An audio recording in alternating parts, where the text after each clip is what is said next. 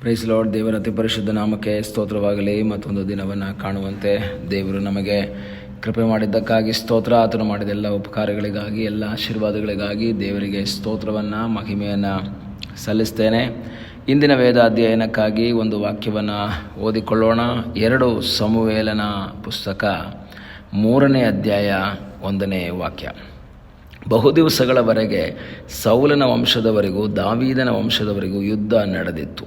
ದಾವೀದನು ಬಲಗೊಳ್ಳುತ್ತಾ ಬಂದನು, ಸೌಲನ ವಂಶವು ದುರ್ಬಲವಾಗುತ್ತಾ ಬಂದಿತು. ದಾವೀದನ ಒಂದು ಚರಿತ್ರೆಯನ್ನು ಓದುವುದಕ್ಕಿಂತ ಮುಂಚೆ ಸಮುವೇಲನ ಪುಸ್ತಕದಲ್ಲಿ ಸೌಲನ ಚರಿತ್ರೆ ಆರಂಭವಾಗುತ್ತೆ. ಸೌಲನು ದೇವರಿಂದ ಆರಿಸಲ್ಪಟ್ಟ ಮೊದಲ ಅರಸನಾಗಿ ಇಸ್ರಾಯೇಲ್ನಲ್ಲಿ ಆಳ್ವಿಕೆಯನ್ನು ಪ್ರಾರಂಭ ಮಾಡ್ತಾನೆ. ಇಸ್ರಾಯೇಲ್ನಲ್ಲಿ ಆಳ್ವಿಕೆಯನ್ನು ಪ್ರಾರಂಭ ಮಾಡಿ ಆ ರಾಜಾಳ್ವಿಕೆಯನ್ನು ಮಾಡುತ್ತಾ ಮುಂದೆ ಸಾಗ್ತಾ ಇರುವಂತಹ ಈ ಸೌಲ, ಅಲ್ಲೂ ಸಹ ಅವನು ಬಲಿಷ್ಠನಾದಾಗ ಅವನು ದೇವರಿಂದ ದೂರ ಆಗ್ತಾನೆ. ತಾನು ಒಬ್ಬ ರಾಜನಾಗ್ತಾನೆ. ಬೆನ್ಯಾಮಿನ್ ಕುಲ ಅಂದರೆ ಸಣ್ಣ ಕುಲದ ಕೀಷನ ಮಗನಾದ ಸೌಲ ರಾಜನಾಗ್ತಾನೆ. ಅವನು ಬಲಿಷ್ಠನಾಗ್ತಾನೆ. ಎಲ್ಲ ರೀತಿಯ ಸಹಾಯಗಳು ಸಿಕ್ಕಿದ ತಕ್ಷಣ ಅವನು ದೇವರಿಂದ ದೂರ ಆಗ್ತಾನೆ. ಉಜ್ಜಿಯನ ಚರಿತ್ರೆಯನ್ನು ನಾವು ಕೇಳಿದ ಹಾಗೆ ಇವನು ಸಹ ಬಲಿಷ್ಠನಾದಾಗ ದೇವರಿಂದ ದೂರ ಆಗ್ತಾನೆ. ಸಮುವೇಲನ ಮೂಲಕ ದೇವರ ಮಾತು, ಆಲೋಚನೆ ಬಂದಾಗ ಅದನ್ನು ಅಕ್ಸೆಪ್ಟ್ ಮಾಡೋಕ್ಕೆ ರೆಡಿ ಇಲ್ಲ. ಇವನು ಅಮಾಲೇಕ್ಯರನ್ನು ಪೂರ್ಣವಾಗಿ ನಿರ್ನಾಮ ಮಾಡಬೇಕೆಂಬುದಾಗಿ ದೇವರು ಹೇಳಿದಂತಹ ಮಾತಿಗೆ ವಿರುದ್ಧವಾಗಿ ಅಲ್ಲಿ ಕೆಲವರನ್ನು ಉಳಿಸ್ಕೊಂಡು ಅವನು ತಗೊಂಡು ಬರ್ತಾನೆ. ವಿಧೇಯತೆ ಇರಲ್ಲ, ದೇವರಿಗೆ ವಿಧೇಯನಾಗಲ್ಲ.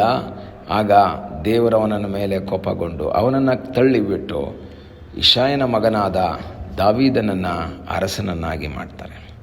ಹಾಗೆ ಅರಸನಾಗಿ ಮುಂದೆ ಸಾಗ್ತಾ ಇದ್ದರೂ ಸಹ ಸೌಲನ ವಂಶ ಮತ್ತು ದಾವೀದನ ವಂಶದ ಮಧ್ಯೆ ಯುದ್ಧಗಳು ನಡೀತಾನೇ ಇತ್ತು.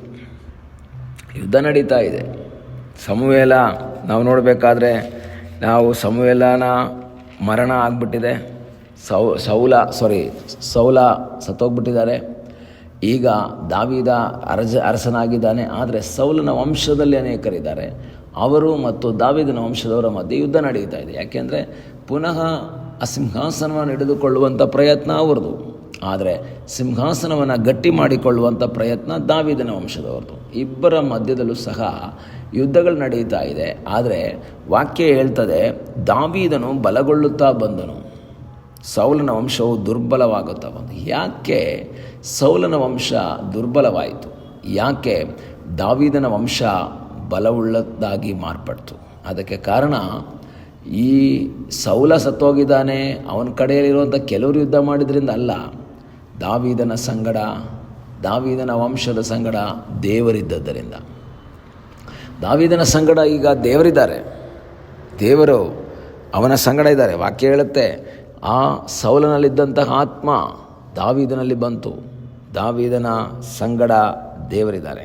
ಪ್ರಿಯ ದೇವರ ಮಕ್ಕಳೇ, ನಾವು ಬಲಗೊಳ್ಳಬೇಕು ಅಂದರೆ ಅದಕ್ಕೆ ಕಾರಣ ದೇವರು ಅನ್ನೋದನ್ನು ಮರಿಬಾರ್ದು. ನಾವು ಬಲ ಆಗಬೇಕಾ?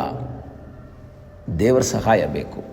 ನಾವು ದುರ್ಬಲವಾಗಬೇಕಾ, ಬಲಶಾಲಿಗಳಾಗಬೇಕಾ ಅಂತ ಡಿಸೈಡ್ ಮಾಡೋದು ನಾವಲ್ಲ, ದೇವರು ಡಿಸೈಡ್ ಮಾಡ್ತಾರೆ. ಈ ಹಗಲಿನ ಸಮಯದಲ್ಲಿ ಕರ್ತನಿಗೆ ಹೇಳೋಣ, ಕರ್ತನೆ, ನನ್ನನ್ನು ಬಲಪಡಿಸುವಂತಹ ಒಬ್ಬ ದೇವರು ನೀನಿದೆಯಾ? ಕಾರಣ ಪೌಲ ಹೇಳ್ತಾನೆ, ನನ್ನನ್ನು ಬಲಪಡಿಸುವಾತನಲ್ಲಿದ್ದುಕೊಂಡು ನಾನು ಎಲ್ಲಕ್ಕೂ ಶಕ್ತನಾಗಿದ್ದೇನೆ. ಅವಾಗ ನಮ್ಮನ್ನು ಬಲಪಡಿಸುವಂಥ ಒಬ್ಬ ದೇವರಿದ್ದಾನೆ. ಉಜ್ಜಿಯನನ್ನು ಬಲಗೊಳಿಸಿದಂತಹ ದೇವರು, ದಾವೀದನನ್ನು ಬಲಗೊಳಿಸಿದಂತಹ ದೇವರು, ಸೌಲನ ವಂಶವನ್ನು ದುರ್ಬಲಗೊಳಿಸಿದಂತಹ ದೇವರು. ಈ ದಿವಸಗಳಲ್ಲಿ ನಾನೇನಾಗಬೇಕು ಎಂಬ ಡಿಸಿಷನ್ ತಗೊಳ್ಳೋದು ದೇವರು. ಆದರೆ ನಾವೇನು ಮಾಡಬೇಕು? ದೇವರ ಹಸ್ತಗಳಿಗೆ ಒಪ್ಪಿಸಿಕೊಡಬೇಕು. ಈ ದಿನ ಬಲಹೀನತೆಯ ಮಧ್ಯದಲ್ಲಿ, ಅದು ಶಾರೀರಿಕ ಬಲಹೀನತೆ ಆಗಿರ್ಬೋದು, ಮಾನಸಿಕ ಬಲಹೀನತೆ ಆಗಿರ್ಬೋದು, ಅಥವಾ ಇತರೆ ಆರ್ಥಿಕ ಬಲಹೀನತೆ ಆಗಿರ್ಬೋದು, ಇತರೆ ಯಾವ ಬಲಹೀನತೆ ಆಗಿರ್ಬೋದು, ಆ ಒಂದು ಏರಿಯಾದಲ್ಲಿ ಬಲಶಾಲಿಗಳಾಗಬೇಕಾ? ಒಂದೇ ಒಂದು ಮಾರ್ಗ, ದೇವರಲ್ಲಿ ಆಶ್ರಯಿಸಬೇಕು. ಒಂದೇ ಒಂದು ಮಾರ್ಗ, ದೇವರ ಮುಖವನ್ನು ನೋಡಬೇಕು. ಒಂದೇ ಒಂದು ಮಾರ್ಗ, ಆತನ ಚಿತ್ತಕ್ಕೆ ವಿಧೇಯರಾಗಬೇಕು. ಆತನ ಇಷ್ಟಕ್ಕೆ ನಾವು ವಿಧೇಯರಾಗಬೇಕು. ಈಗಲ ಸಮಯದಲ್ಲಿ ಕರ್ತನಿಗೆ ಹೇಳೋಣ, ಸ್ವಾಮಿ ನನ್ನನ್ನು ಬಲಗೊಳಿಸಪ್ಪ. ದೇವರೇ, ನನ್ನ ವಂಶ, ನನ್ನ ಕುಟುಂಬ, ನನ್ನನ್ನು ನನ್ನ ಜೀವಿತದಲ್ಲಿ ಬಲವಾಗುವಂಥ ಒಂದು ಅನುಭವ ನನಗೆ ಕೊಡು ಎಂಬುದಾಗಿ ದೇವರ ಸಲ ಪ್ರಾರ್ಥನೆ ಮಾಡೋಣ. ವಾಕ್ಯ ಹೇಳ್ತದೆ, ಯುದ್ಧ ನಡೀತಾ ಇದೆ. ಯಾರು ವಿನ್ ಆಗ್ತಾರೆ, ಯಾರು ಲೂಸ್ ಮಾಡ್ಕೊಳ್ತಾರೆ ಅನ್ನೋದಲ್ಲ ಇಲ್ಲಿ ಮುಖ್ಯ. ಯಾರು ಬಲಶಾಲಿ ಆದರೂ, ದೇವರು ಯಾರ ಸಂಗಡ ಇದ್ನೋ ಅವನು ಬಲಶಾಲಿ ಆಗ್ತಾನೆ. ಯುದ್ಧಗಳು ನಿಮ್ಮ ಜೀವಿತದಲ್ಲಿ ಸೈತಾನನಿಂದ ಯುದ್ಧಗಳು ನಮಗಿದೆ, ಹೋರಾಟ ಇದೆ. ಆದರೆ ನಾನು ಬಲಶಾಲಿ ಆಗಬೇಕಾ, ದುರ್ಬಲವಾಗಬೇಕಾ, ಡಿಸಿಷನ್ ದೇವರ ಕೈಯಲ್ಲಿದೆ. ನಾವು ದೇವರ ಹತ್ರ ಹೇಳೋಣ, ಸ್ವಾಮಿ ಇದರ ಮಧ್ಯದಲ್ಲಿ ನನ್ನನ್ನು ಬಲಪಡಿಸು, ಈ ರೋಗದ ಮಧ್ಯದಲ್ಲಿ ನನ್ನನ್ನು ಬಲಪಡಿಸು. ನಾನು ದುರ್ಬಲವಾಗಬಾರ್ದು. ಈ ಇಕ್ಕಟ್ಟಿನ ಸಮಯದಲ್ಲಿ ನಾನು ಬಲಶಾಲಿ ಆಗಬೇಕು. ಈ ವೇದನೆಯ ಸಮಯದಲ್ಲಿ, ಈ ಒಂದು ಸಮಸ್ಯೆಯ ಸಮಯದಲ್ಲಿ ನಾನು ದುರ್ಬಲವಾಗಬಾರ್ದು, ನಾನು ಬಲಶಾಲಿ ಆಗಬೇಕೆಂಬುದಾಗಿ ದೇವರ ಸಲ ಪ್ರಾರ್ಥನೆ ಮಾಡೋದಾದರೆ ನಿಮ್ಮನ್ನು ಬಲಪಡಿಸುವ ಒಬ್ಬ ದೇವರಿದ್ದಾನೆ. ಆ ದೇವರಲ್ಲಿ ಆಶ್ರಯಿಸೋಣ, ಪ್ರಾರ್ಥನೆ ಮಾಡೋಣ. ನಮ್ಮನ್ನು ಬಹಳವಾಗಿ ಪ್ರೀತಿ ಮಾಡುವ ಪರಲೋಕದ ತಂದೆಯಾದ ದೇವರೇ, ಸಮಯಕ್ಕಾಗಿ ಸ್ತೋತ್ರ. ಮತ್ತೊಂದು ಆವರ್ತಿ ನಮ್ಮನ್ನೇ ನಿನ್ನ ಹಸ್ತಗಳಿಗೆ ಒಪ್ಪಿಸಿಕೊಡ್ತೇವೆ ಅಪ್ಪ. ಈ ಸಮಯದಲ್ಲಿ ತಲೆಬಾಗಿರುವಂಥ ನಿನ್ನ ಮಕ್ಕಳಿಗಾಗಿ ಸ್ತೋತ್ರ. ಕರ್ತನೆ, ಅವರು ದುರ್ಬಲರಾಗದೆ ಬಲಶಾಲಿಗಳಾಗಿ ಬಲಗೊಳ್ಳುತ್ತಾ ಅವರು ಅವರ ಕುಟುಂಬ ಮುಂದೆ ಸಾಗುವಂತೆ ಕರ್ತನೆ ನೀನು ಕೃಪೆ ಮಾಡು ಎಂಬುದಾಗಿ ನಾವು ಪ್ರಾರ್ಥಿಸ್ತೇವೆ. ಪ್ರಾರ್ಥನೆಯನ್ನು ಕೇಳಿದ್ದಕ್ಕಾಗಿ ನಿನಗೆ ಸ್ತೋತ್ರ. ಯೇಸುವಿನ ಮುದ್ದಾದ ಹೆಸರಿನಲ್ಲಿ ಬೇಡಿಕೊಳ್ಳುತ್ತೇವೆ ನಮ್ಮ ಪ್ರೀತಿಯ ತಂದೆಯೇ. ಆಮೇನ್. God bless you.